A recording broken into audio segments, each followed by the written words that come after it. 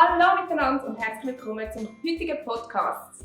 Wir sind mega gespannt, was uns heute erwartet, weil heute ist ein ganz besonderer Tag. Das haben wir sicher schon... Oh, Moment schnell. Was ist jetzt das? Ist ja ganz staubig. Wo ist jetzt das hergekommen? Komisch. Für dich und das Herzchen. Was kommt jetzt drin? Mach ich doch mal auf. Also, da steht etwas drauf. Heute ist dein Tag. Wir feiern dich und sagen dir Danke. Du hältst uns alle zusammen. Du bist da für uns und gestaltest unser Zuhause. Dein Mutterherz schlägt für uns und deine Liebe macht uns stark. Wir lieben dich. Das ist, weil heute Muttertag ist. Das ist für irgendeine Mami geschrieben worden. Hast du deiner Mami auch schon einen Brief geschrieben oder jetzt morgen vorbereitet?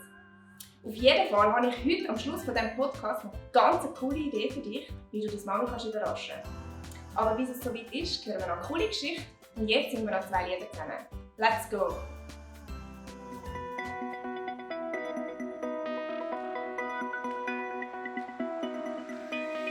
Die treibende Kraft in meinem Leben bist du. Darum stehe ich auf, ich strecke mich aus nach dir. Lauf auf dem Weg, wo du gehst, ich komm mit. Vertrau auf deinen Plan, verlass mich ganz auf dich. Ich vertraue dir.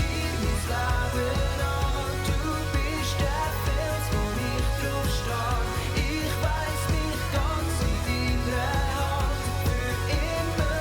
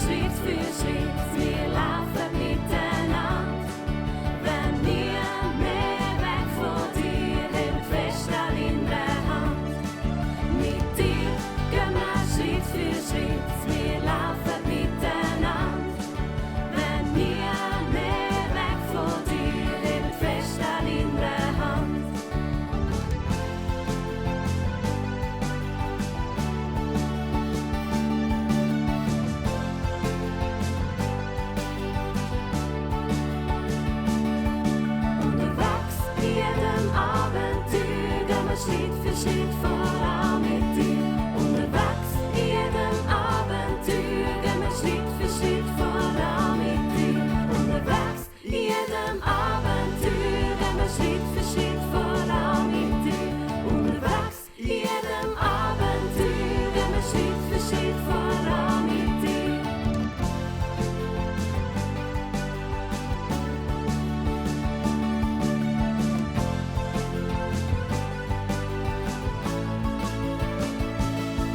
Mit dir gehen wir Schritt für Schritt, wir laufen miteinander.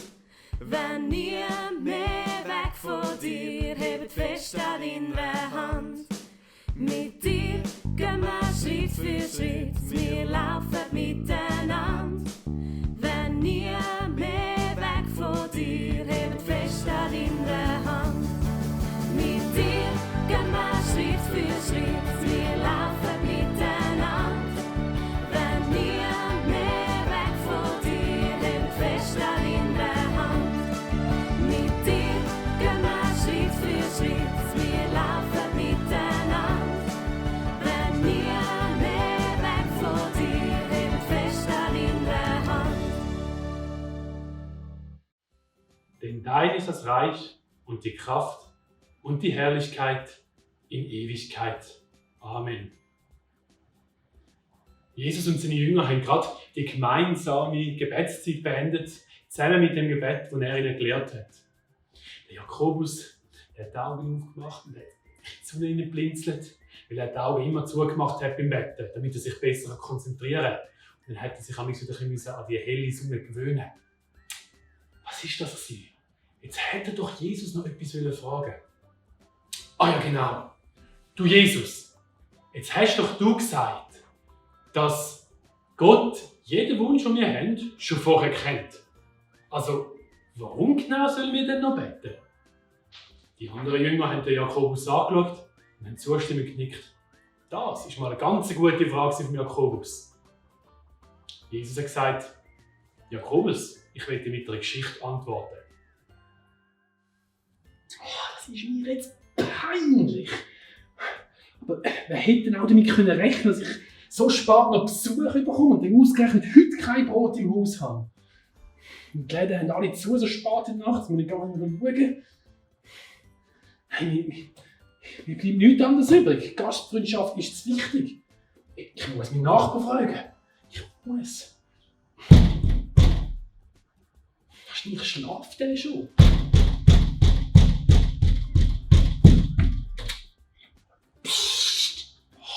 Entschuldigung. Aber Was ist für Zeit? Es ist zwischen der Nacht. ja, aber ich habe noch gar nicht bekommen und wir haben kein Brot mehr daheim. Hast du nicht echt irgendwie Du musst mir jetzt nichts kochen in der Nacht. Ich will ja nicht kochen. Ich will nur Brot.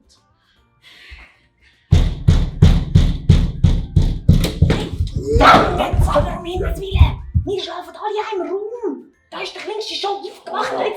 Ja, ich brauche doch ein bisschen Brot. Komm jetzt bitte. Nur 2-3 Stück. Ich brauche unbedingt ein bisschen Brot. Ist schon gut, ich schaue, was ich finde. Aber hör auf, an die Tür klopfen. Gut. Einfach 2-3 Wie Stück. lange geht es, bis endlich die ganze Familie mal schlaft? Einfach 3 Stück. Da, nimm das trockene Fladenbrot. Danke vielmals. Nein, Und gute Nacht. Was denken wir, hat Jesus gesagt? Hat der Nachbar dem Mann das Brot gegeben, weil er einfach nicht sein wollte? Oder hat er dem Mann nicht einfach das Brot gegeben, weil er so lange geklopft hat und genörgelt hat, bis es der Nachbar einfach genervt hat? Die Jünger haben zustimmend genickt. Ja, genau so war es. Da hat Jesus gesagt, und darum beten wir. Weil es steht, wer bittet, dem wird geben. Wer sucht, der wird finden. Und wer anklopft, dem wird auftun.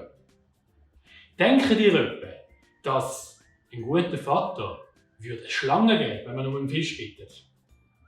Die Jünger haben den Kopf geschüttelt. Oder glauben ihr, dass ein guter Vater würde einen Skorpion geben, wenn man um ein Ei fragt?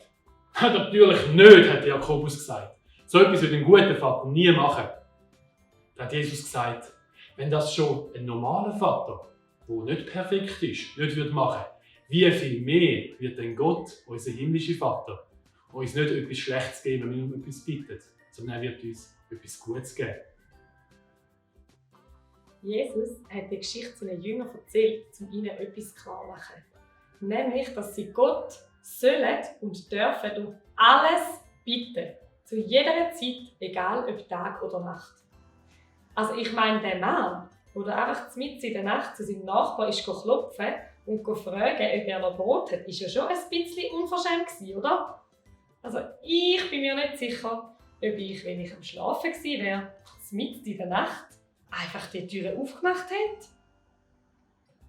Wie geht es euch euch? Wer von euch hat sich echt getraut, um die Türe aufzumachen? Und wem wäre es echt eher so gegangen wie mir, dass ich gedacht hätte, hä? Wer um alles in der Welt klopft denn da in der Nacht an meine Haustür? Und ich meine, ihr müsst euch vorstellen, zu dieser Zeit haben die Häuser noch ganz anders ausgesehen als heutzutage. Dort haben alle Leute, die ganze Familie, Mami, Papi und alle Kinder, in einem Raum geschlafen. Gerade direkt hinter der Haustür. Ich wäre ziemlich verschrocken. Aber mit dieser Geschichte wird Jesus uns sagen, dass wir bei Gott jederzeit, immer dürfen mit unseren Bitten zu ihm kommen. Es lohnt sich, nicht locker zu lassen. Weil Gott wünscht sich nämlich, dass wir unsere Bitten und Wünsche vor ihn bringen. Immer und immer wieder.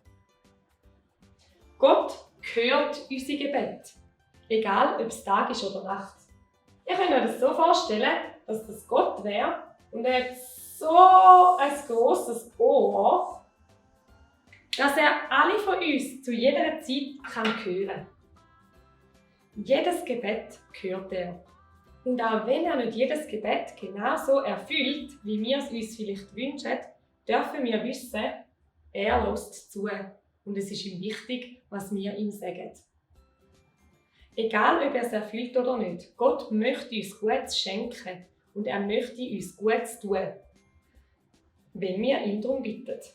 Das kann zum Beispiel so aussehen, dass er uns einmal Kraft schenkt oder eine gute Idee oder uns tröstet, wenn wir einmal traurig sind und ihn darum bitten.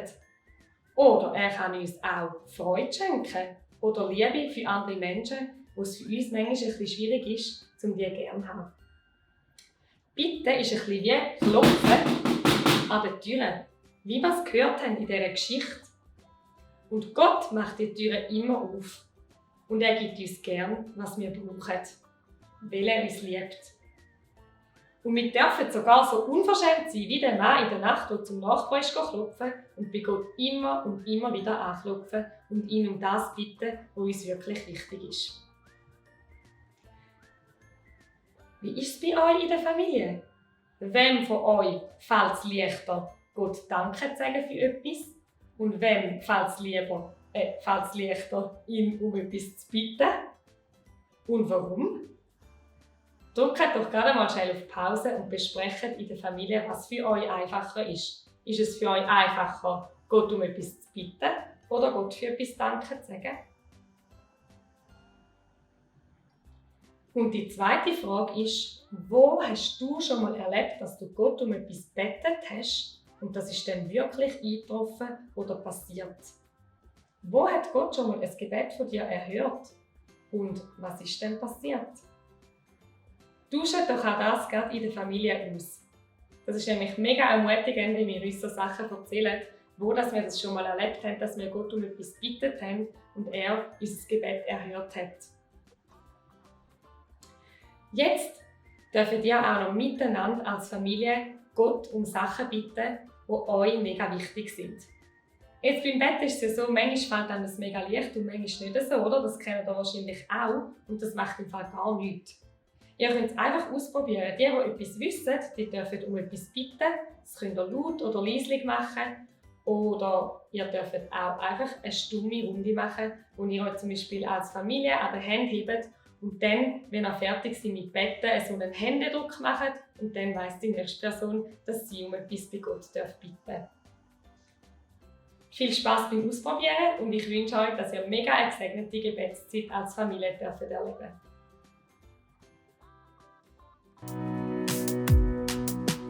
Oh, oh, oh, oh.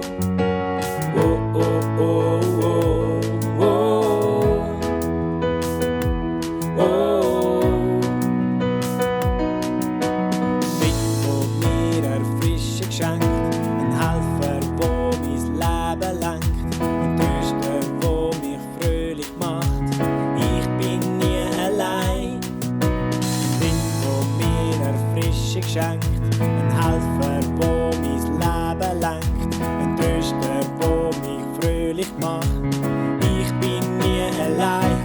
Geist, du bist immer da. Leitest und gehst voran. Du bist die Kraft von meinem Gott, wo in mir wohnt. Heiliger Geist, du bist immer da. Leitest und gehst voran. Du bist die Kraft von meinem Gott, wo in mir wohnt. Das Feuer, wo brennt, mir mich gibt, begleitest mich auf Schritt und Tritt. Hilfst mir, Gottes Wort zu verstehen. Du bist die Ware pur. Das Feuer, wo brennt, mir Wärme gibt, begleitest mich auf Schritt und Tritt. Hilfst mir, Gottes Wort zu verstehen. Du bist die Ware pur. Heiliger Geist, du bist immer da. Leitest und gehst voran. Du bist die Kraft von meinem Gott, wo in mir wohnt. Heiliger Geist, du bist immer da. Leitest und gehst voran. Du bist die Kraft von meinem Gott, wo in mir wohnt. Oh, oh, oh, oh. Oh, oh, oh,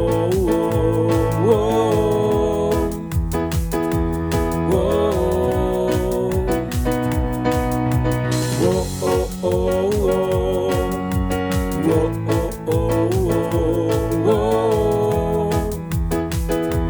oh. Heiliger Geist, du bist immer da. Leitest und gehst voran. Du bist die Kraft von meinem Gott, wo in mir wohnt. Heiliger Geist, du bist immer da. Leitest und gehst voran. Du bist die Kraft von meinem Gott, wo in mir wohnt.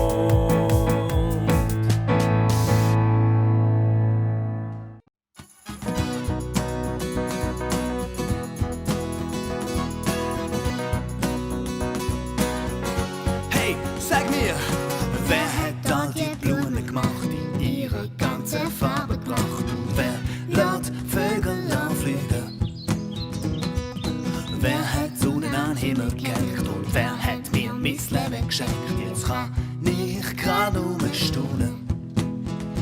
Sie ist mein Gott, sie ist mein Schöpfer, Schöpfer von der Welt. Sie ist mein Gott, er ist der größte Held. Sie ist mein Gott, sie ist mein Schöpfer, der Schöpfer von der Welt. Sie ist mein Gott, er ist der größte Held. Wer hat all die Blumen gemacht, die ihre ganze Farbe gebracht? Und wer lässt Vögel anfliegen? Ja, wer hat Sonnen an den Himmel gehängt? Und wer hat mir mein Leben geschenkt? Jetzt kann ich grad staunen.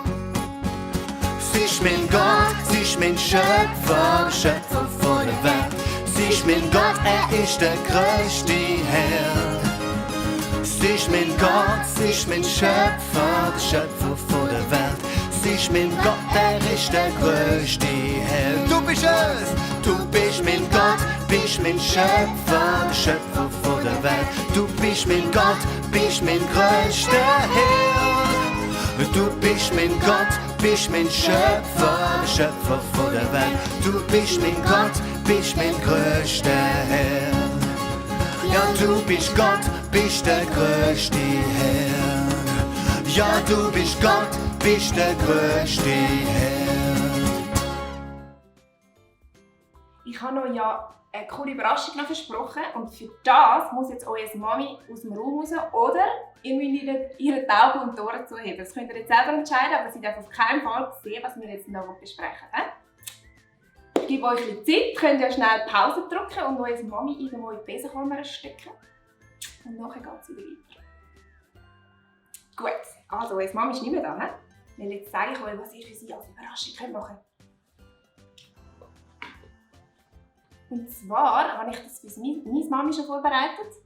Das ist ein Bild mit einem Spruch drin, wo drauf steht: Du helfst uns alle zusammen, aus dem Brief, den ich vorher vorgelesen habe, und ganz viele Puzzleteile.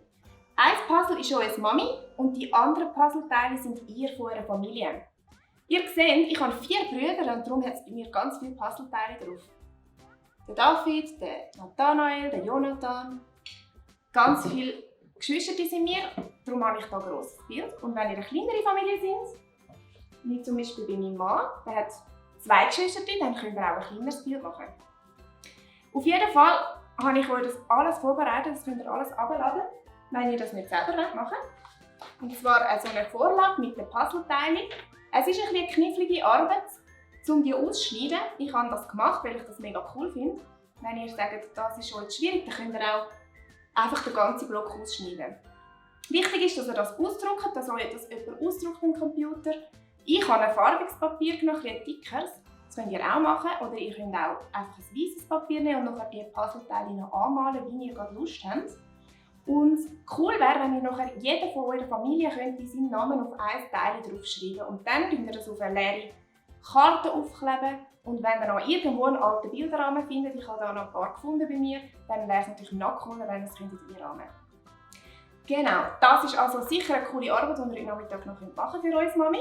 Dann könnt ihr ja beim Nachtessen, könnt ihr dann ihr das tun, bei ihrem Teller zum Beispiel. Oder aufs Kopfkissen. Und dann habe ich noch eine andere coole Idee für euch, und zwar so einen Liebesbrief für uns Mami, wo ihr als ganze Family schreiben könnt. Da kann auch der Papi das ausdrucken für euch, oder ihr könnt auch selber einschreiben, aber das ist mal eine Vorlage mit dem Text, den ich vorgelesen habe. Und dann, was ich besonders cool finde, habe ich noch leere Zeilen, wo ihr ganz persönlich hinschreiben könnt, was ihr eurer Mami mega cool findet. Weil jedes Mami ist ja anders und ihr könnt ihr ganz persönlich sagen, was ihr an ihr cool findet. Zum Beispiel könnt ihr aufschreiben, was ihr an ihr liebt, was euch glücklich macht mit ihr. Zum Beispiel, Mami, mich macht es glücklich, wenn du mit mir backen tust, wenn du mir eine Geschichte erzählst, wenn du mit mir draussen auf dem Spielplatz spielst. Schreibt euch Sachen auf, die euch glücklich machen mit der Mami und für was ihr ihr danken wollt. Und ich glaube, sie hat mega Freude, wenn ihr mit dem Papi und allen Geschwistern ihr so einen Brief noch schreiben und vielleicht auch noch zu diesem coolen Bild dazu tun. Das sind ein paar Ideen. Alle Downloads findet ihr auf unserer Homepage.